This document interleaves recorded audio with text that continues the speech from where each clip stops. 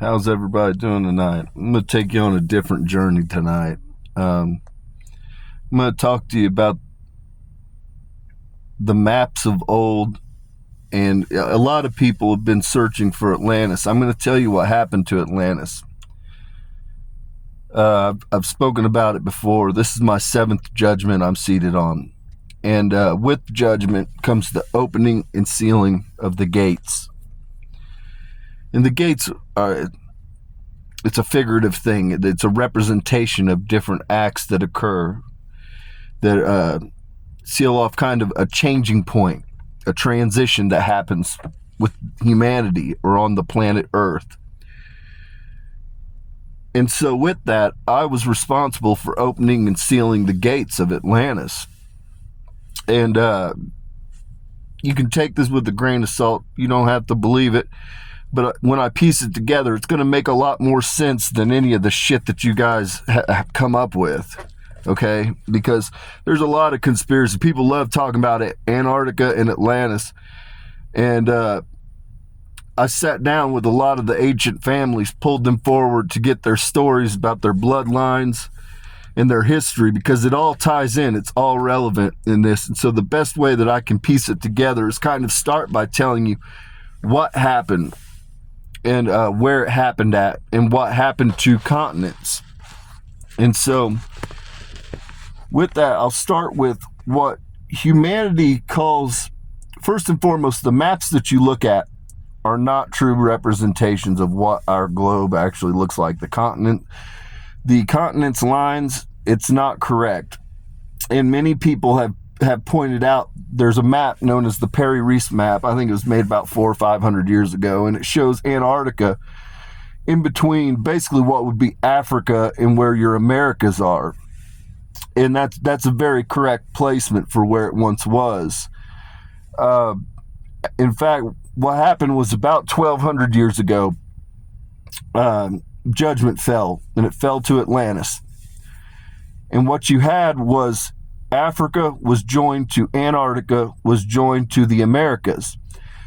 Now, this ties in, the reason this is relevant is this ties into the Moorish blood.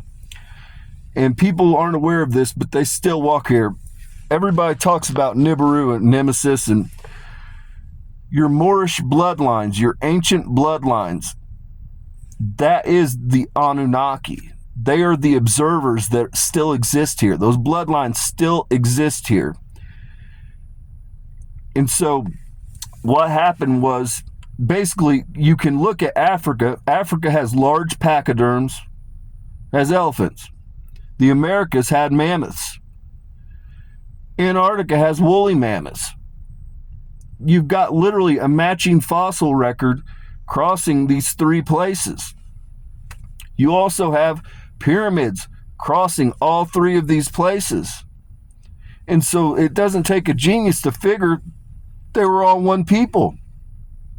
You can go down to Belize right now, and they have the giant busts of the Olmecs.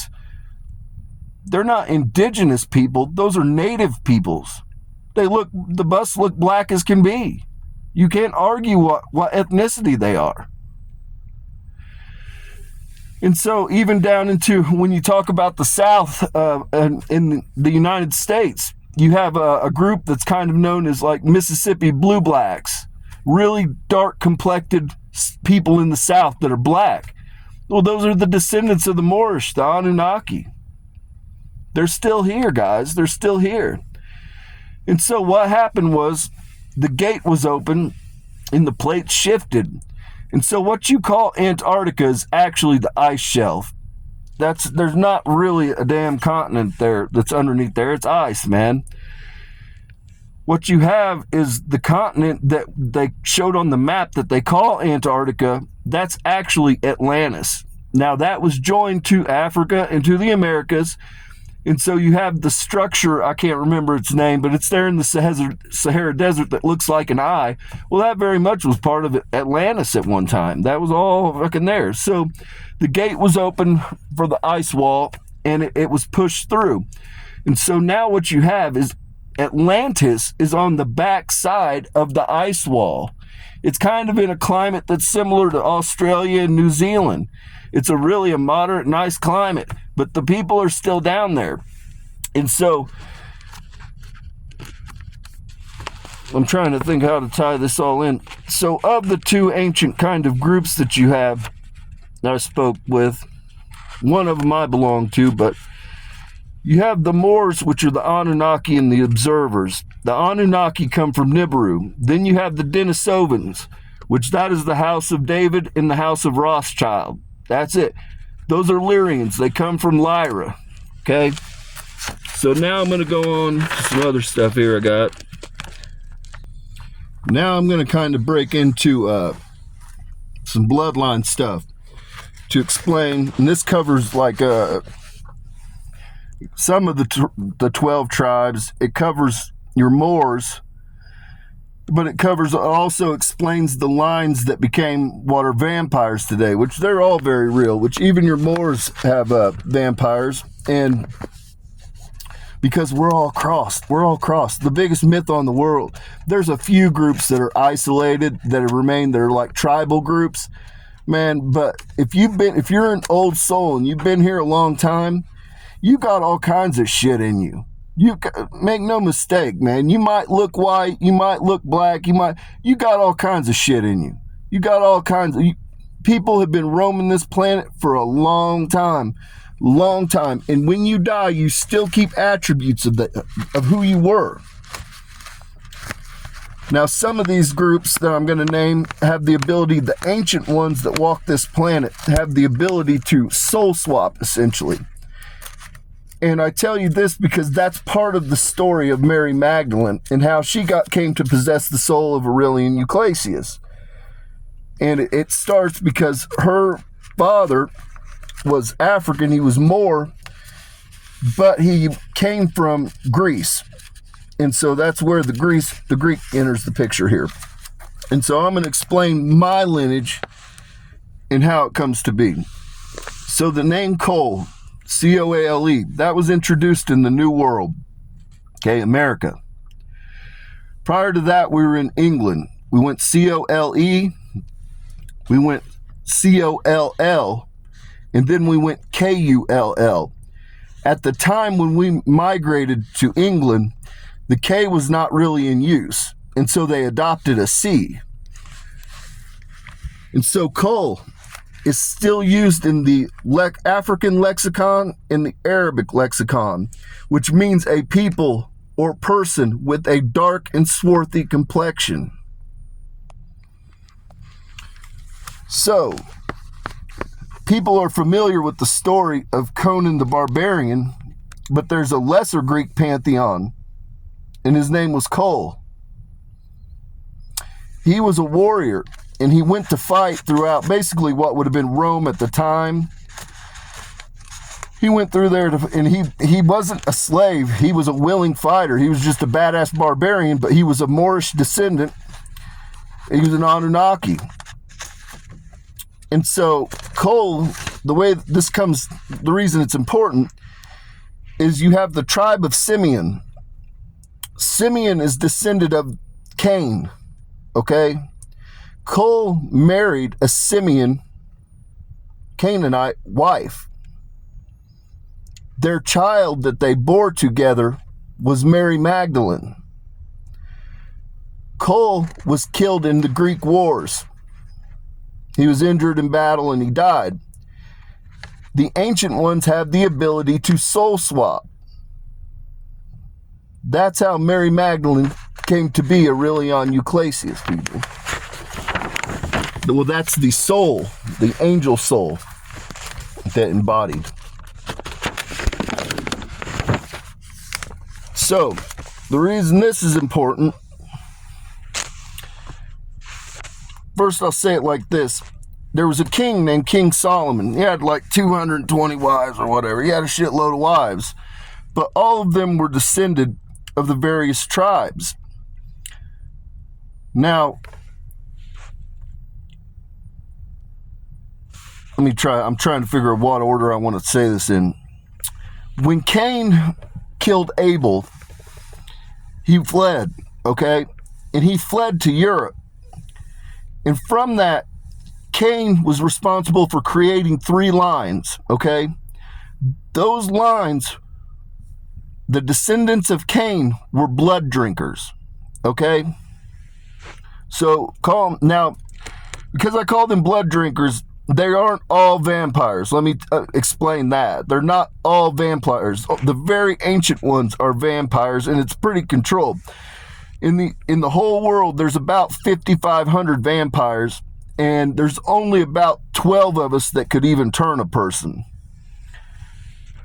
And anymore, they don't even really have to drink blood. There's some that do, but the vast majority of them, they're your fallen ones, your stars that you see, and they harness loosh.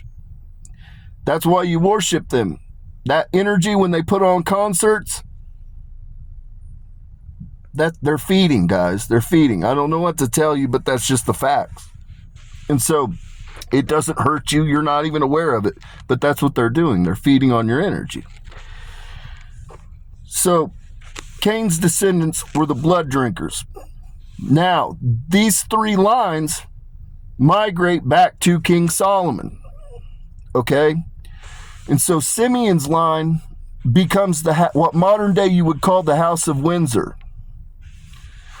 Levi's line becomes your Eastern Stars. Reuben's line becomes your Morning Stars.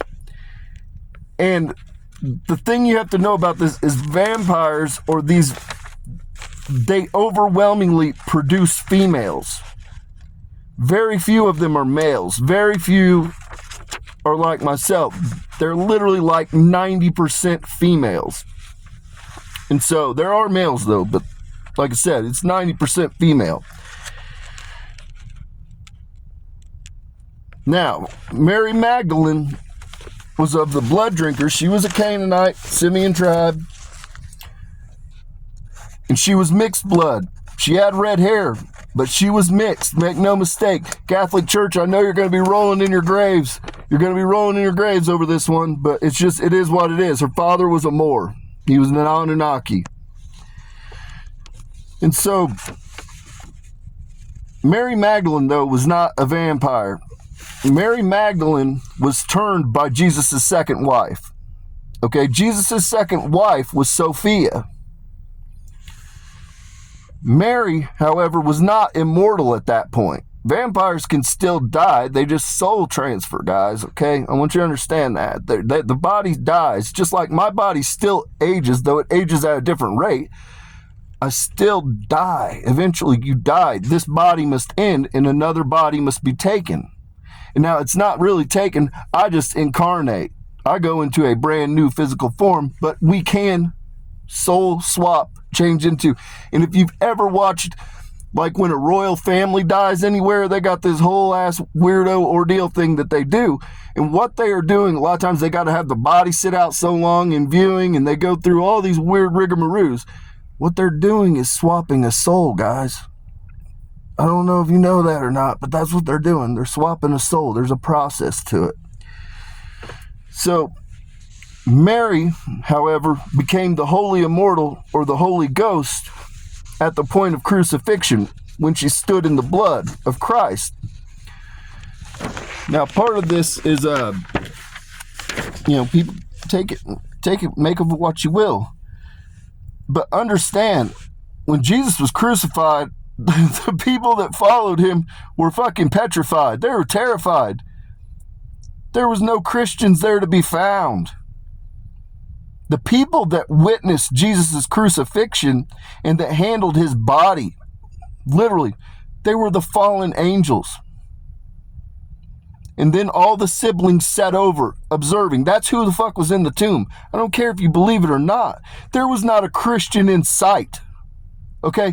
They didn't want to be crucified too. Mary Magdalene was there comforting Jesus' mother, Mary, and they were in hiding in the back. So understand, there was not a Christian in sight.